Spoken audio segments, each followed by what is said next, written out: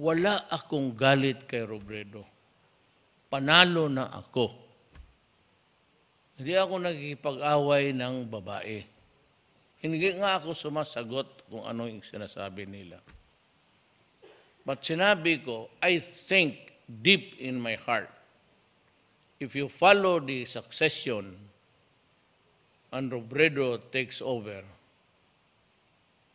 hindi niya kaya. Mas maglalo,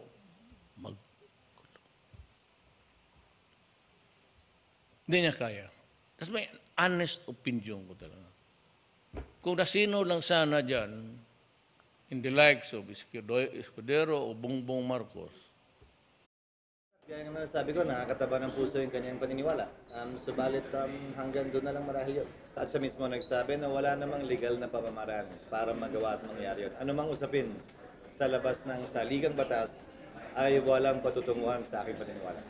Naniniwala ako nagpapahayag lamang siya ng kanyang frustration kaugnay sa mabagal na pagtakbo ng mga nais niyang makamit at makita dito sa ating bansa, lalo na sa larangan ng korupsyon at kapayapaan.